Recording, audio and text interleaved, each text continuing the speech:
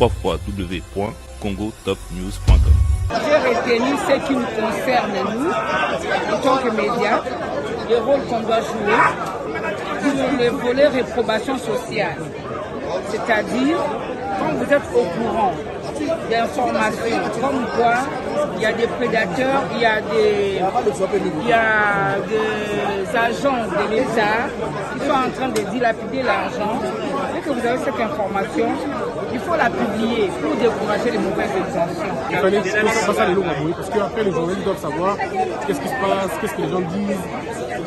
C'est un peu de dire aux gens, quoi, bye bye, prédation et amabé, parce qu'après, les journalistes peuvent intéresser à la même prédateur. Tout à fait. Même prédateur, on a eu du bon à l'État, avec les journalistes, après c'est mon nom, et ils vont vraiment protéger. Alors il fallait que je dise au moins de ça, afin que les journalistes va comprendre que soutenir IGF, par exemple, soutenir Cosmo National, par exemple, soutenir individu à l'UDTT, mais par contre, soutenir aux amis, on se prend comme ainsi, mais malheureusement, voilà, on dit. www.congotopnews.com. Dans mboka oyo bayibaka millions. Dans détournement ça la millions. Dans ceux des gens qui sont presque au moins on fait en sorte que donc on va faire pour dénoncer pour l'homme et éviter corruption. Bon, corruption même dans les pays développés ils ont une étape malem.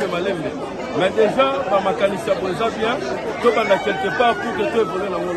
Pour limiter quand même des dégâts, éviter la corruption aujourd'hui à la presse. Non, moi je ne pense pas. www.congotopnews.com. On doit être fiers de ce que nous faisons. Il n'y a pas de corruption au sein de la presse. Non.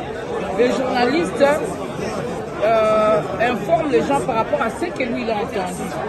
S'il n'a pas accès à toutes les sources d'information, alors il va utiliser la source qui est la sienne, la source qui l'a approchée. Donc, sa félicitation à l'IGF, l'invitation, parce que ma place Moussou Bakanga Masolo. Donc, ma formation, mais là, ça les gars à moi bien fait, je vais pas que tu retournes à ma question, mais tu vas bloquer bon.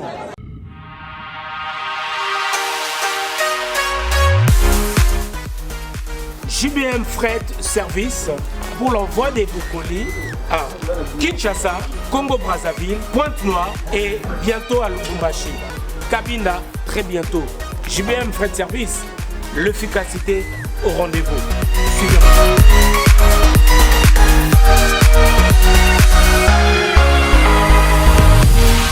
L'efficacité au rendez-vous, agence Yassure, agence Yangouya, agence Yabastar. Balobiso ni colline comme Magitoko, colline comme en assurance. Yagana JBM Fret Service pour la colline avec nous Kinshasa, Brazza, partout aux agences Yabastar. Donc on est de Eboué. Tu es dans la colline. De beau monde à Simabo, donc qui n'est plus comme Kitok. Oezali agence Yabami Vité. Oezali na assurance Yamakasi. Même Bakiti, même Bafrigo, même Mituka. Sopo lingipe nda coupé kokoma. JBM Fret Service, l'efficacité au rendez-vous. Betonabao, différence, Yéna, il y a du sérieux ici. Pour tout contact, veuillez nous appeler au 01 89 16 42 09. Et pour les clients se trouvant à l'étranger, nous sommes également joignables via WhatsApp au plus 33 6 64 06 61 09. JBM Fret Service. Et l'efficacité au rendez-vous.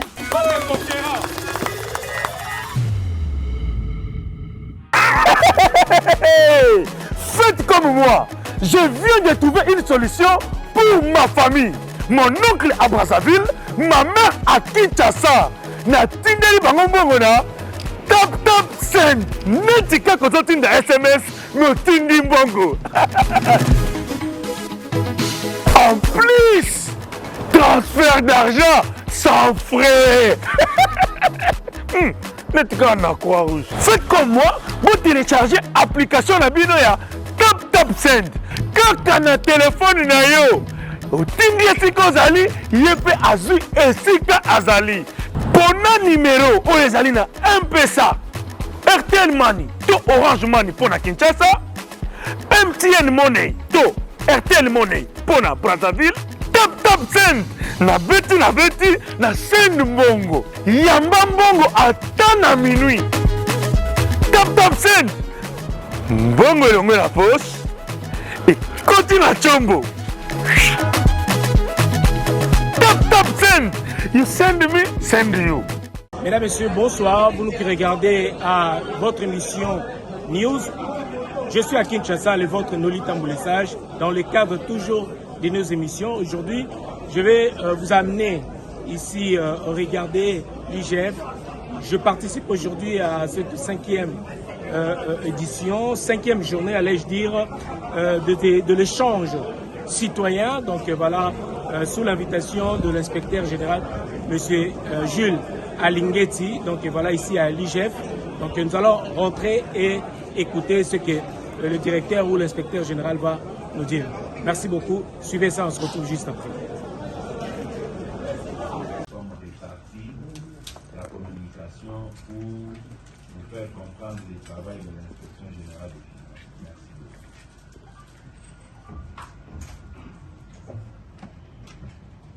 Merci, monsieur l'inspecteur général des finances, chef de service. Notre intervention ou nos interventions vont s'articuler en 3 grands points. La mienne sera une intervention d'introduction où on va essayer d'expliquer c'est quoi l'IGF. En gros, ça va tourner autour de cela. Je vous en donnerai le développement lorsque nous allons commencer. L'inspecteur général des finances, chef de service adjoint, va s'appesantir sur les résultats du travail de l'inspection.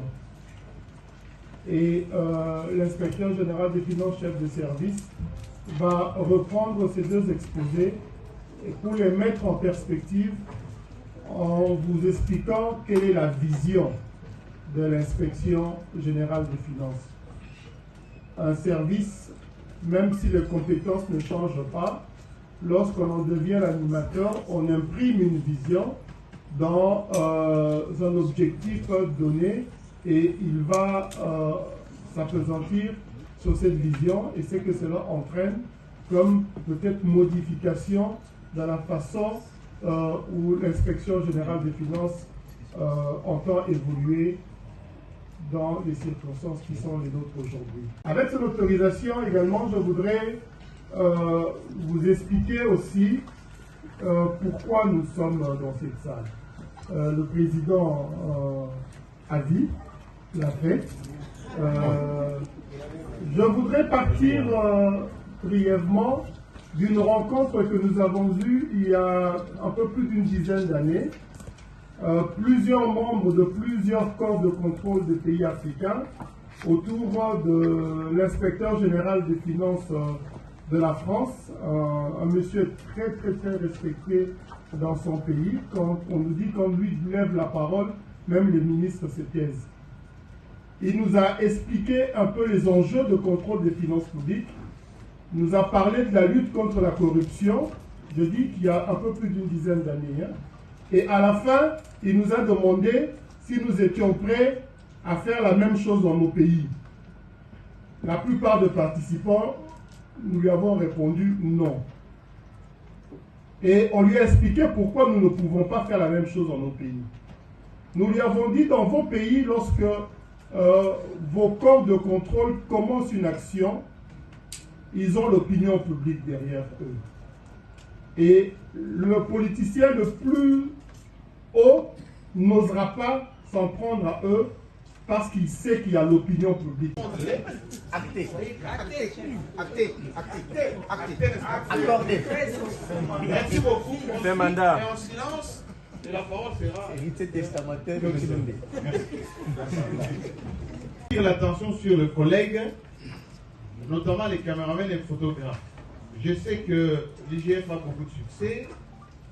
C'est une première de voir autant de journalistes, notamment des Kinshasa, venir à une séance.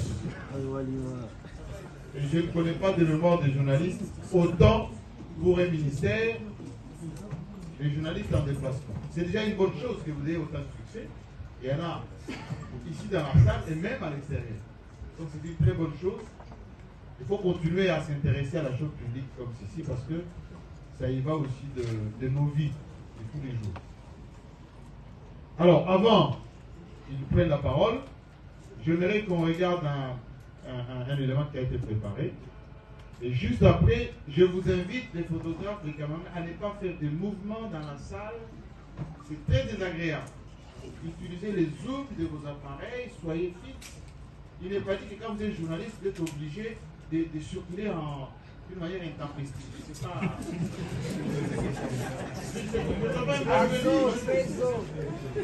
Pire même que savoir voler et tuer quelqu'un.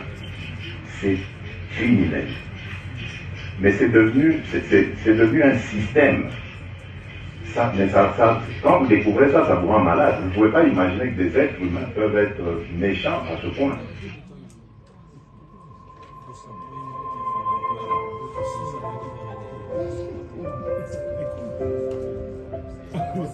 De 2017 à 2020, étant donné qu'on avait enregistré une contre-performance importante au niveau de la mobilisation des recettes, en avril 2020, l'examen des causes de cette contre-performance avait révélé que les exonérations illégales pesaient pour beaucoup dans cette contre-performance. Et en analysant ces exonérations, nous avions constaté qu'il y en avait beaucoup d'illégales. Il y avait beaucoup d'exonérations illégales. Et vous avez le partenariat stratégique, vous avez les exonérations dérogatoires. De 2007 à août 2020, le manque à gagner total s'était chiffré à 5,4 milliards de dollars. C'est pratiquement le budget d'une année du gouvernement central. À cette occasion-là, l'inspection générale des finances avait recommandé la rationalisation des exonérations. Ce fut chose faite. Quelle est la conséquence? Ça veut dire que tous ceux qui bénéficiaient de ces exonérations-là, comme ils doivent continuer leurs activités, la conséquence, c'est qu'au lieu de bénéficier de ces exonérations, ils étaient obligés de payer.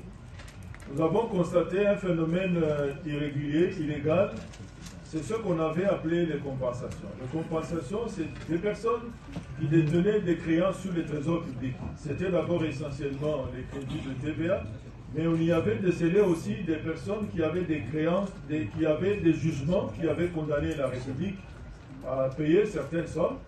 À l'époque, le ministre des Finances signait des lettres de compensation. Encore une direction du ministère des Finances qui contrôle les comptables chaque année, parfois chaque 6 mois, l'utilisation des fonds mis à leur disposition que les services ont utilisés. Nous avons...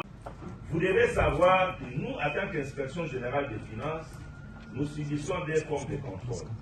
Les premiers contrôles portent sur les mains que nous avions entrepris pour aller dans cette ligne. C'est la réforme des structures de l'Inspection générale des finances.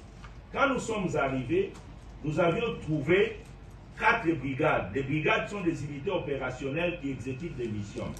Nous en avions trouvé 4. Et ces brigades-là, dans leur forme, existent depuis 1987, soit près de 35 ans. Alors que les finances publiques ont connu une évolution. Quand vous allez à la DGI, il y a eu tellement de changements. La DGI était adaptée, la DGRAD était adaptée, la douane était adaptée. Nous, on est resté 35 ans en arrière. Il a fallu restructurer l'organisation administrative de l'inspection générale des finances pour l'adapter à la donne des finances publiques actuelles. C'est ce qui nous a fait passer de 4 unités d'attaque, unités opérationnelles, à 10. Ces unités se reconnaissent dans les missions reconnues à l'inspection générale des finances. Missions dans les entreprises, missions dans les comptes généraux du Trésor, missions dans les provinces, missions dans les recettes, ainsi de suite. L'élément suivant, comme stratégie, nous avions changé les modes de contrôle. Nous avions décidé de passer au contrôle concomitant que la direction de l'inspection générale des finances a débaptisé la patrouille financière, qui est au fait un contrôle qui doit se faire au même moment que le gestionnaire est en train de poser ses actes. Ces contrôles, nous l'avons placé à des endroits si à peine. À la Banque centrale, au compte général du Trésor. Aujourd'hui, nous savons chaque jour qu'est-ce qui entre et qu'est-ce qui sort. Cela n'était pas le cas. On n'a jamais été au courant de ça. C'est aujourd'hui que nous avions placé, nous avons une équipe permanente que nous changeons dans tous les cas. Et nous sommes au courant de chaque sortie de fonds publics et nous ciblons les fonds à problème dès lors que nous voyons l'écriture que l'argent sortira aujourd'hui au profit de tels services, de tels ministères. Nous dépêchons les inspecteurs qui attendent l'arrivée de l'argent pour encadrer. C'est là que ça énerve. C'est là que ça énerve. Et comme je vous ai dit, les contrôles concomitants, la patrouille, elle est permanente. Et il ne s'arrête pas. Ce n'est pas comme une mission, vous venez pour 30 jours, vous partez. Quand nous venons en patrouille financière, nous y restons. Une année, 2 ans, on est avec vous.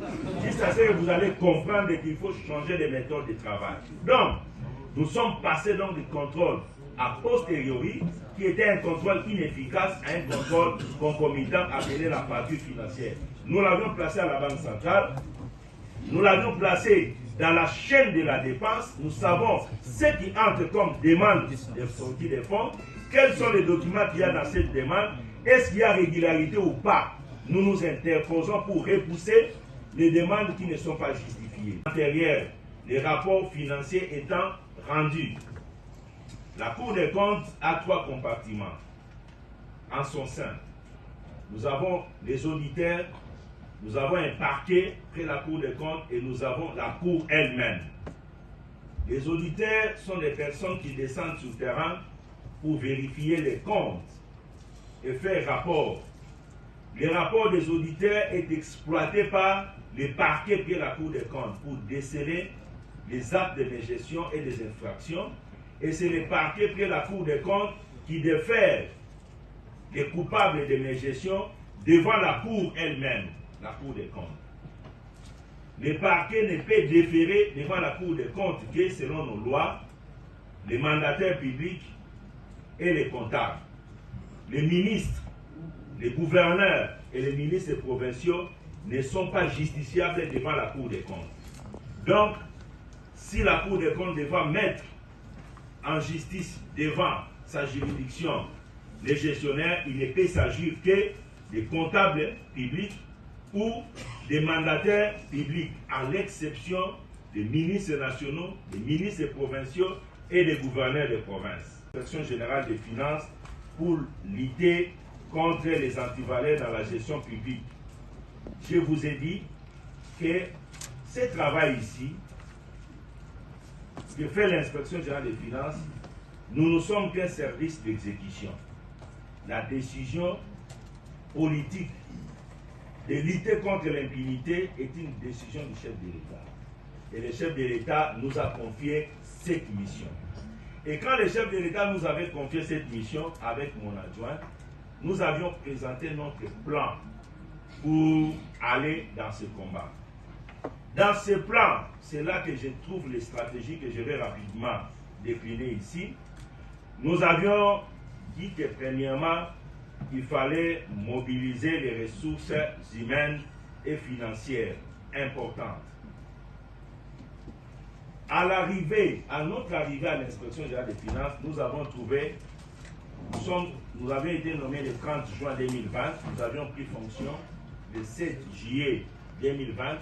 Nous avions trouvé l'inspection générale des finances avec des frais de fonctionnement de 60 000 $ le mois, avec un effectif de 50 inspecteurs généraux.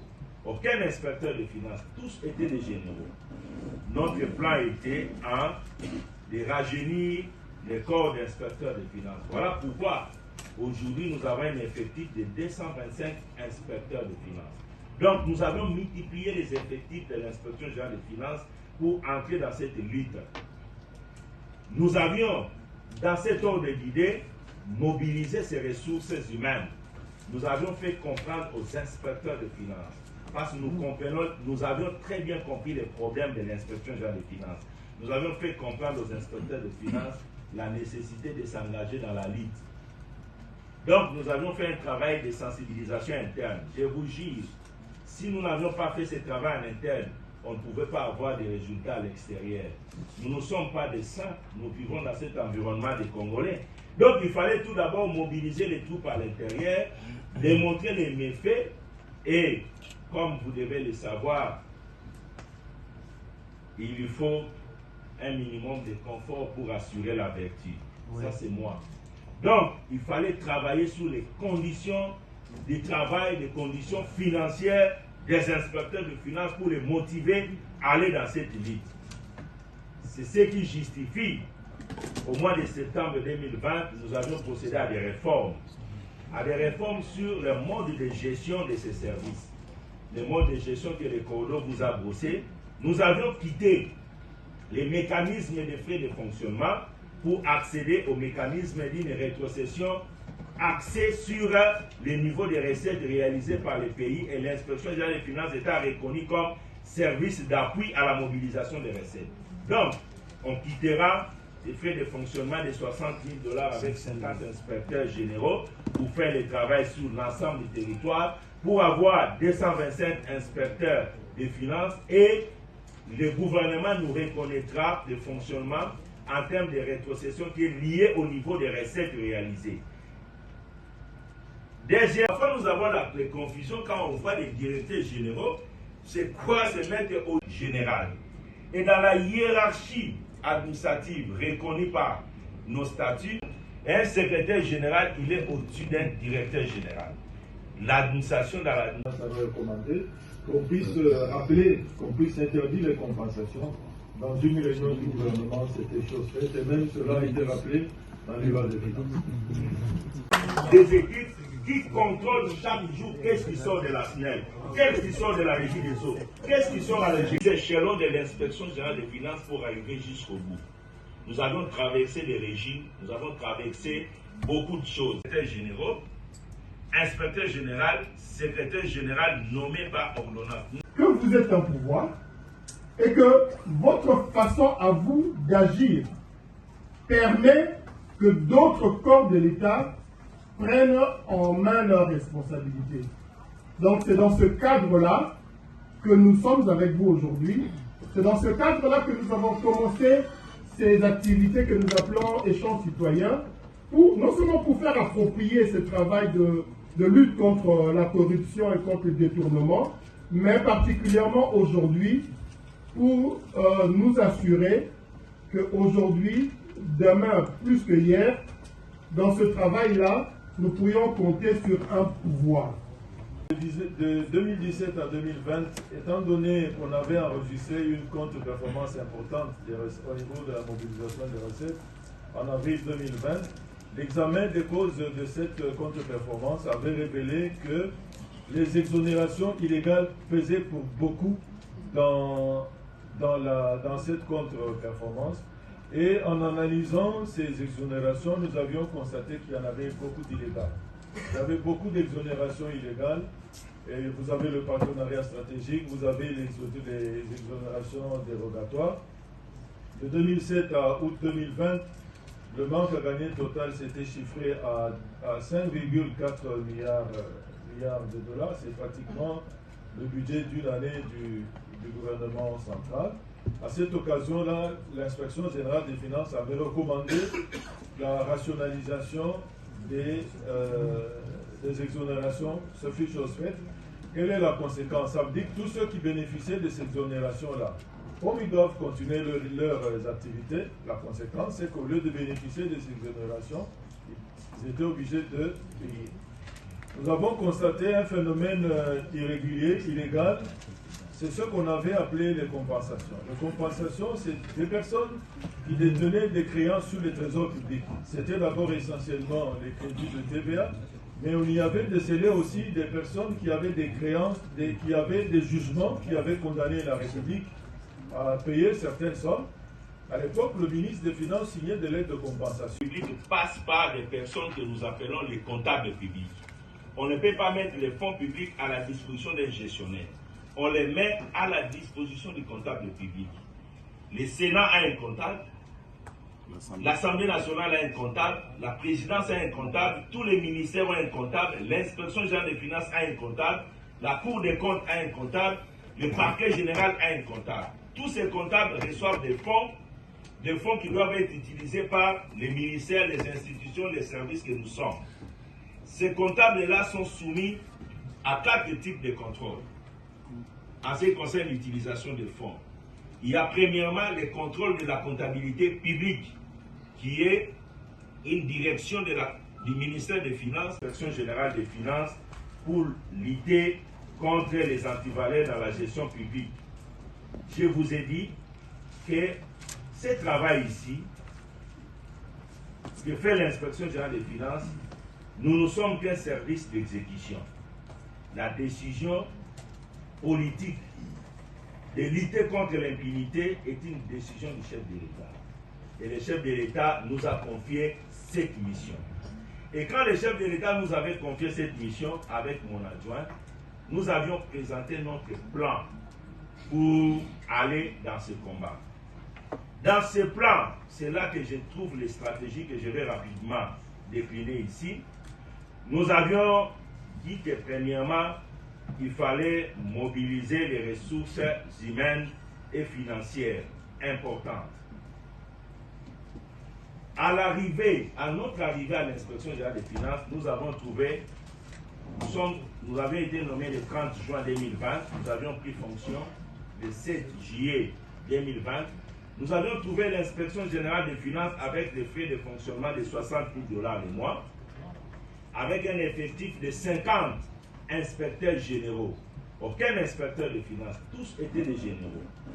Notre plan était de rajeunir le corps d'inspecteurs de finances. Voilà pourquoi aujourd'hui nous avons un effectif de 225 inspecteurs de finances. Donc nous avons multiplié les effectifs de l'inspection générale des finances pour entrer dans cette lutte. Nous avions, dans cet ordre d'idée, mobilisé ces ressources humaines. Nous avions fait comprendre aux inspecteurs de finances, parce que nous avions très bien compris les problèmes de l'inspection générale des finances. Nous avions fait comprendre aux inspecteurs de finances la nécessité de s'engager dans la lutte. Donc nous avions fait un travail de sensibilisation interne. Je vous jure, si nous n'avions pas fait ce travail en interne, on ne pouvait pas avoir des résultats à l'extérieur. Nous ne sommes pas des saints, nous vivons dans cet environnement des Congolais. Donc il fallait tout d'abord mobiliser les troupes à l'intérieur, démontrer les méfaits et, comme vous devez le savoir, il lui faut un minimum de confort pour assurer la vertu. Oui. Ça c'est moi. Donc il fallait travailler sur les conditions du travail, les conditions financières des inspecteurs de finances pour les motiver à aller dans cette lutte. C'est ce qui justifie, au mois de septembre 2020, nous avions procédé à des réformes. À des réformes sur le mode de gestion de ces services. Le mode de gestion que le Cordo vous a brossé. Nous avions quitté les mécanismes de frais de fonctionnement pour accéder au mécanisme d'une rétrocession axé sur les niveaux de recettes réalisés par les pays, et l'inspection générale des finances étant reconnue comme service d'appui à la mobilisation des recettes. Donc, on quittera les frais de fonctionnement de 60 000 $ avec 50 inspecteurs généraux pour faire le travail sur l'ensemble du territoire, pour avoir 225 inspecteurs des finances, et le gouvernement nous reconnaîtra le fonctionnement en termes de rétrocession qui est lié au niveau des recettes réalisées. Deuxième, à la fonction publique. Sauf que quand vous devenez chef de théorie, il y a les contrôles concomitants et il y a les contrôles a priori. Les contrôles a posteriori, c'est un contrôle qui s'est fait exercice terminé. C'est-à-dire, comme on est en 2022, un contrôle a posteriori, c'est le contrôle de la gestion 2021, 2020, 2019, 2018. Ça suppose que le gestionnaire ait présenté les comptes dans un rapport. Il présente les comptes et on fait le contrôle de ces rapports. Ça, c'est un contrôle a posteriori qui suppose qu'on laisse le gestionnaire poser les actes de gestion, qu'il présente les comptes et que vous revenez une année après pour voir la régularité des opérations qu'il avait passées. Il y a les contrôles concomitants, il y a un contrôle qui doit se faire au même moment que les actes de gestion sont en train d'être posés. Ça suppose que c'est un contrôle en cours d'exercice. Comme nous sommes en 2022, le contrôle concomitant s'est fait sur les opérations de gestion que les gestionnaires sont en train de poser actuellement.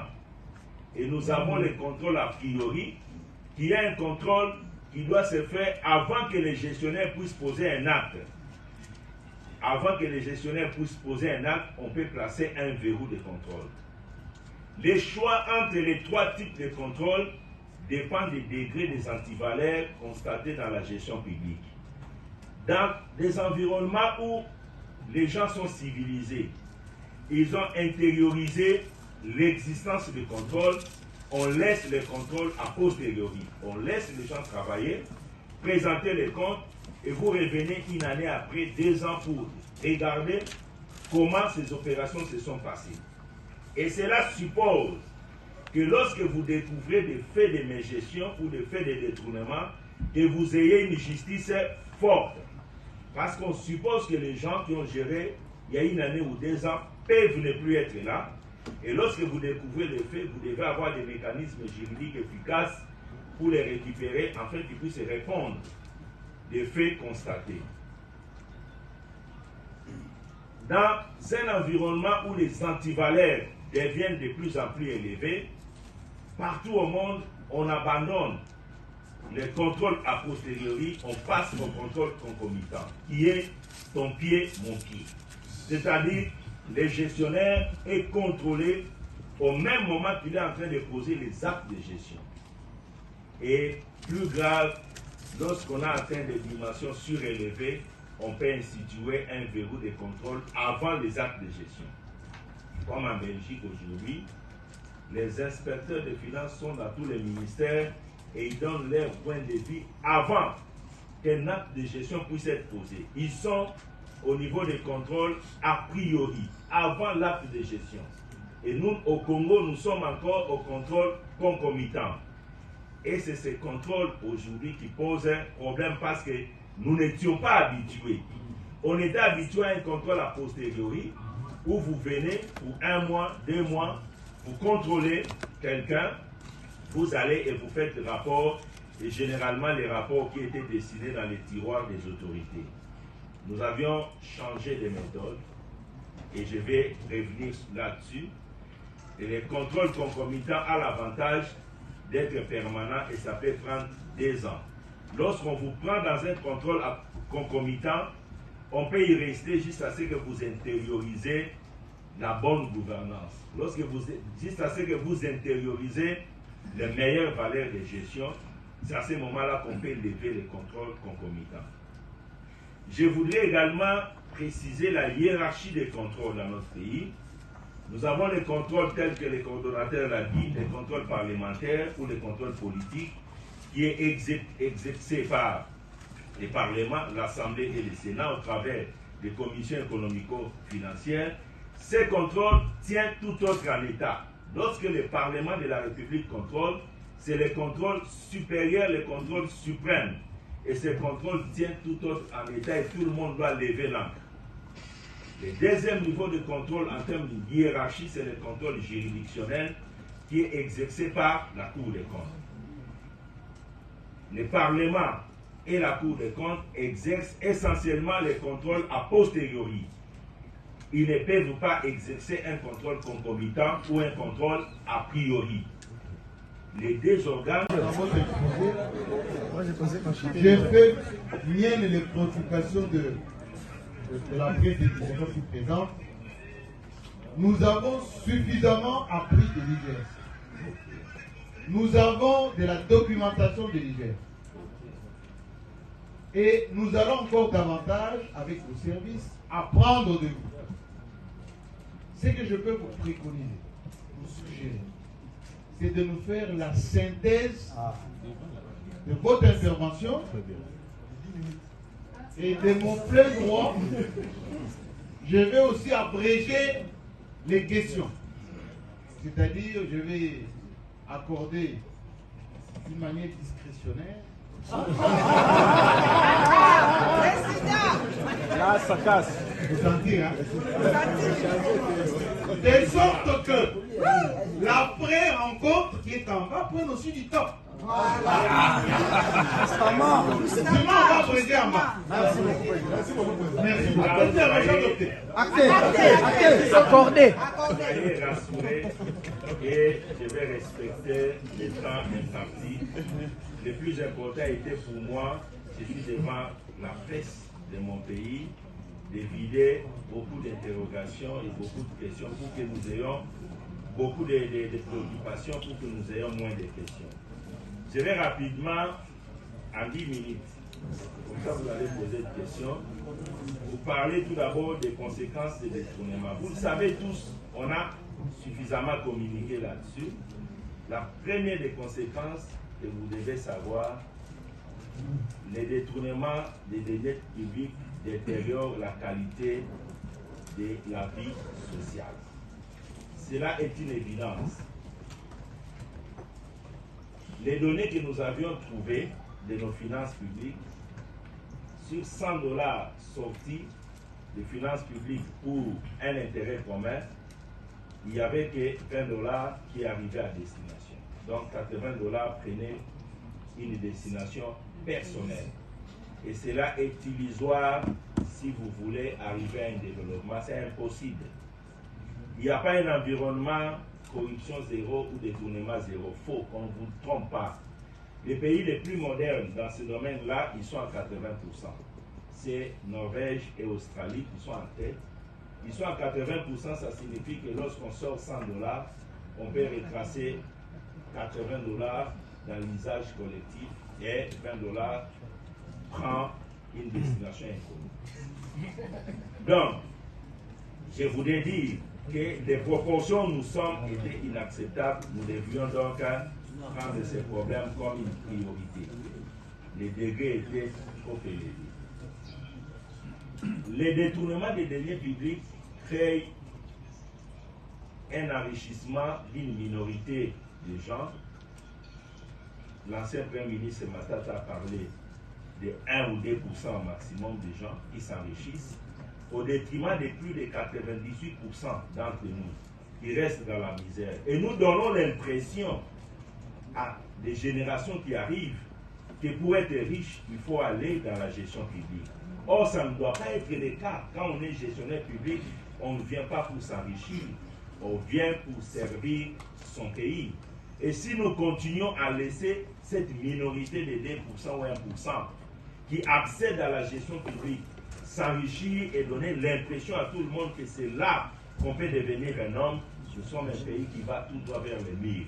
Voilà pourquoi nous relevons cela comme conséquence et ça détruit tout le monde.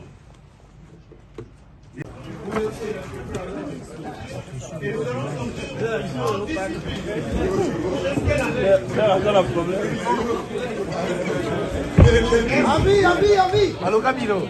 Ami. Bravo lo cama. Bravo lo cama, amigo. Ne bougez pas, restez calme. Vous ne comprenez pas.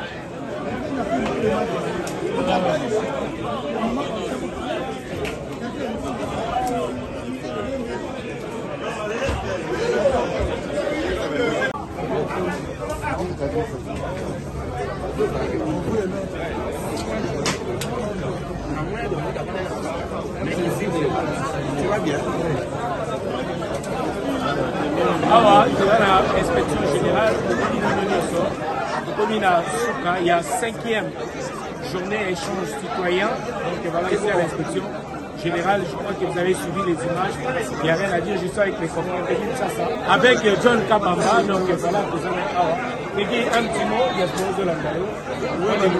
Voilà, nous la diaspora, merci beaucoup. Vous allez à la 5e journée échange citoyen.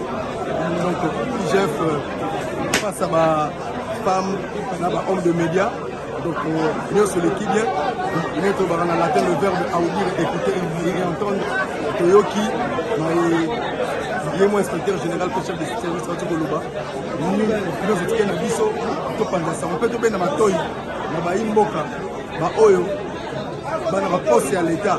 Et Kebana, Koyiba Bon à l'État, ça là vraiment au service à peuple et aux appelants bien. L'article de Ronald John Kabamba, je pense que c'est pour la première fois tous à la invité. Donc, on sa félicitation à l'IGF, l'invitation, parce que ma place Moussou Bakanaga Masolo. Donc, ma formation, mais là, ça les gars à moi bien fait, je vais que tu retournes dans ma question, mais Dieu va bloquer bon. Donc, moi, la Congo Lingette, ça sali discours là, et sous qui gagne un discours. Donc, vous avez dit que dans la question, il fallait peut-être tout le monde. Mais tout le monde, sous qui moi, bongo. Alors, faisons l'occasion, moi, c'est que ça, là, tout le monde a yemboko, inspecteur général, tout le monde, moi, tout le monde est belé. Diaspora, Bobangate, journaliste, dans ma casse, les amis.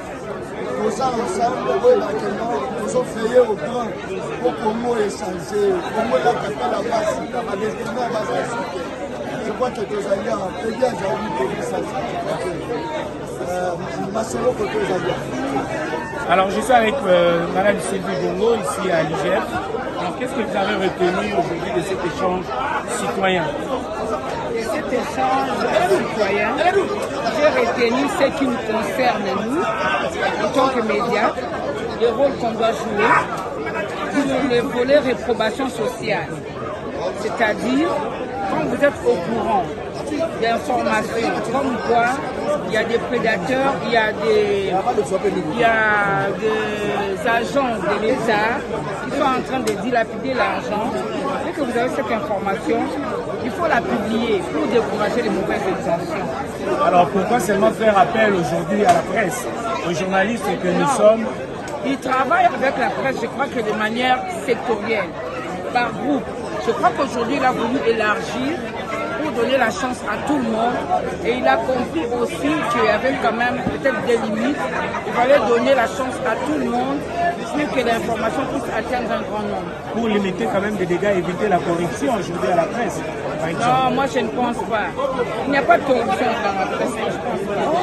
Nous, on ne doit pas flageller notre métier. On doit être fiers de ce que nous faisons. Il n'y a pas de corruption au sein de la presse, non. Les journalistes informent les gens par rapport à ce que lui il a entendu. S'il n'a pas accès à toutes les sources d'information, alors il va utiliser la source qui est la sienne, la source qu'il a approchée. Comme aujourd'hui il nous a approchés, il nous a donné la version, il nous a informé sur les rôles de l'IGF. On a compris. Demain, ça sera une autre structure qui va nous appeler. Il est évident qu'en ce moment-là, on aura aussi une autre son de cloche. Je ne pense pas qu'il y a la corruption au sein de la presse. J'en doute fort. Nous vous remercions. C'est moi. Merci. Voilà, Christian OCB, IGF. Et là, on y aurait retenu aujourd'hui, après cet échange citoyen, on a l'inspection générale de la finance. Quand tout le monde a monnaie, il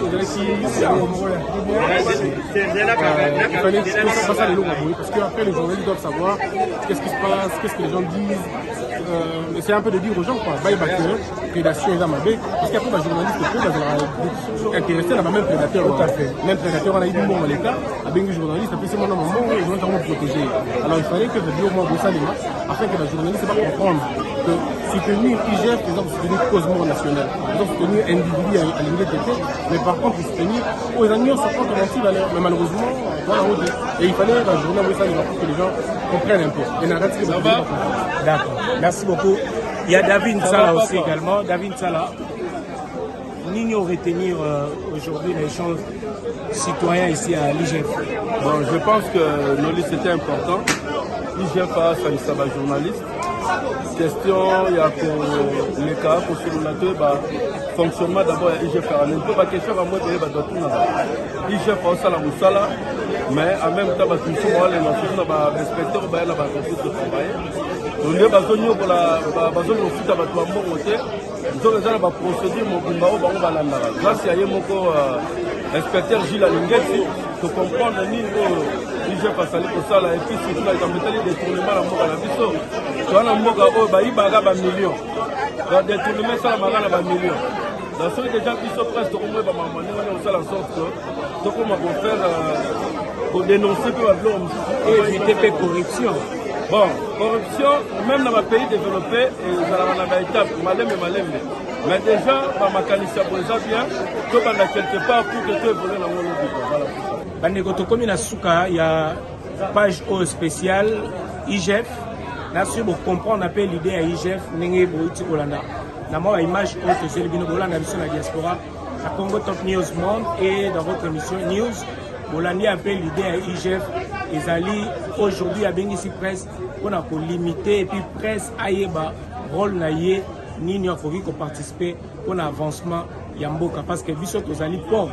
Nous sommes aussi une force. Toza 4e pouvoir aujourd'hui où toza entre l'institution la biso na la population pour que to relier tout vite informer bateau balanda biso. Donc le rôle na biso lelo fallait que l'importance il y a IGF pour la mboka na biso et avancer. IGF azali lelo pour ko limiter ba koyiba o ezalaki liboso en cascade lelo mutata aza koyiba mayibi ke IGF azana simanai. Là si vous comprenez en gros c'est le votre noli message depuis Kinshasa donc la République démocratique du Congo la cadre de l'émission la bino tous allez pour vous informer. Merci beaucoup et continuez de vous abonner sur votre chaîne Congo Top News Monde. Merci, bye bye et merci à la réalisation de Aristote Mbonda et Eder Numbi qui nous a assisté aujourd'hui. Bye bye.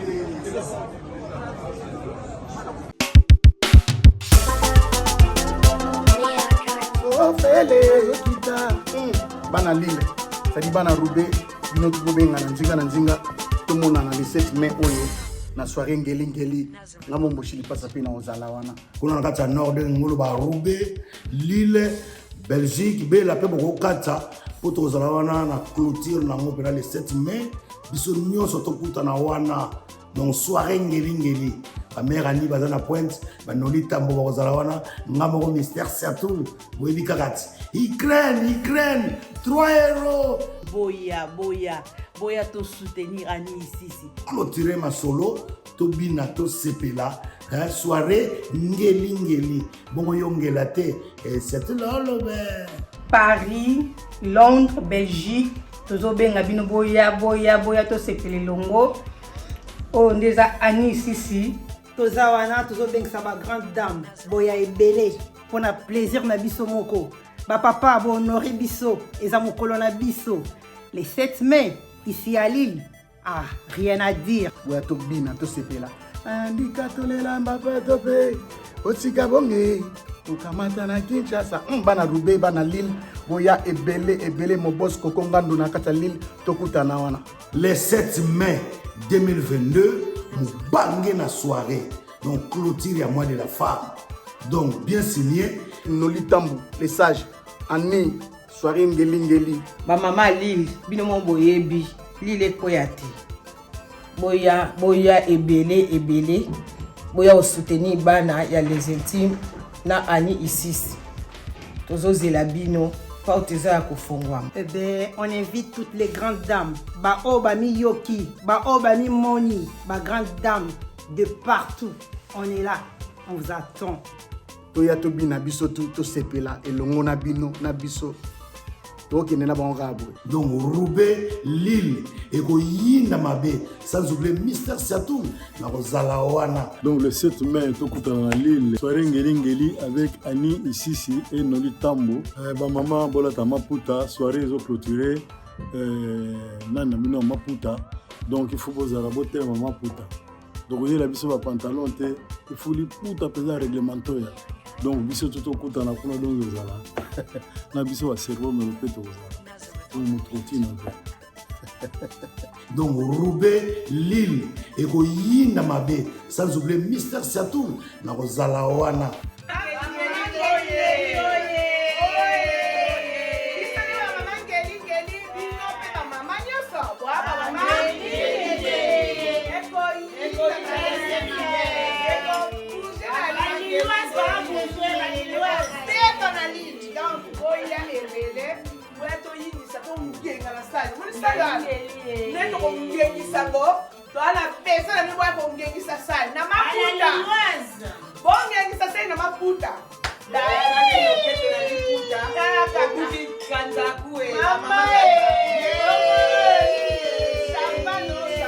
Maman ngeli oye. Maman ya Lille oye. Maman ya Roubaix oye. Otumboli noli. Oseka a gogo bomba vaseline.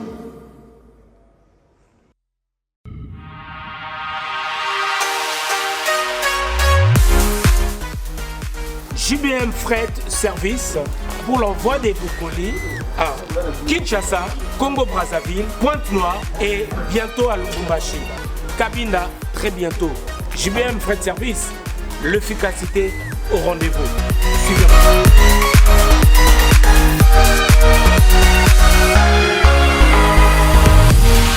L'efficacité au rendez-vous, agence Yassure, agence Yangouya, agence Yabastar.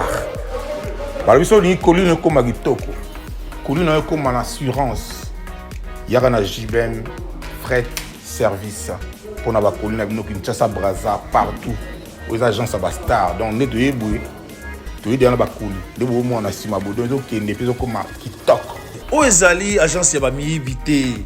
Oezali, assurance Yamakasi. Même Bakiti, même Frigo, même Mituka. Sopo Lingipe Nda Coupé. Kokoma.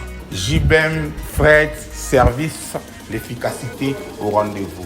Betonabao, différence, Yéna, il y a du sérieux ici.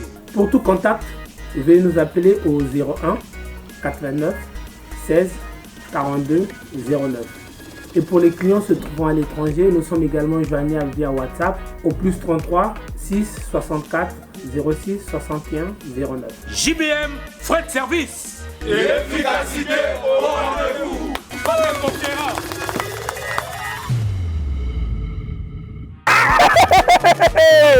Faites comme moi. Je viens de trouver une solution pour ma famille. Mon oncle à Brazzaville, ma mère à Kinshasa. Na tindeli bango mbongo na tap send. Netika kozotinda SMS no tindi mbongo. En plus, transfert d'argent sans frais. Netika na Croix-Rouge. Faites comme moi, vous téléchargez l'application na bino ya tap send. Kaka na téléphone na yo. Otindi esika ozali, yepe azui esika azali. Pona numéro oyo ezali na M-Pesa, RTL Money to Orange Money pona Kinshasa, MTN Money to RTL Money pona Brazzaville, tap send na beti na send mbongo. Yamba mbongo ata na minuit. Tap send. Mbongo elongo na poche. Ekoti na chombo. Tap send. You send me, send you. Hey, Yasikana Kinshasa, salle polyvalente Les Triomphes, et Fongolé Libino porte pour Naba, manifestation locale, mariage, anniversaire, conférence, fête et collation, espace funéraire. Et bongo emplacement nango, canot, salle moderne VIP, équipement Elena. Service traiteur, Detika Kapoto et Kitinakin. Naza vraiment na makasi ya komona salle triomphe na kata ngiringiri entre 24 na sayo na katikati wana salle ya kitoko ya mariage ya bien. Notre artiste Aminata son père autrement dit vous venez le tinga mona na bala na Paris na kinwa salle de fête ya makasi.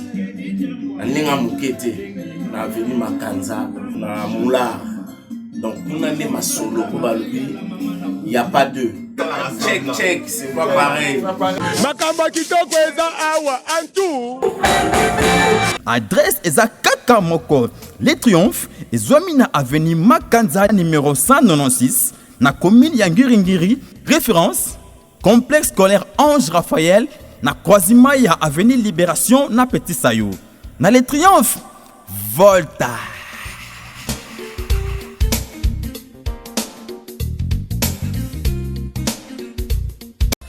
www.congotopnews.com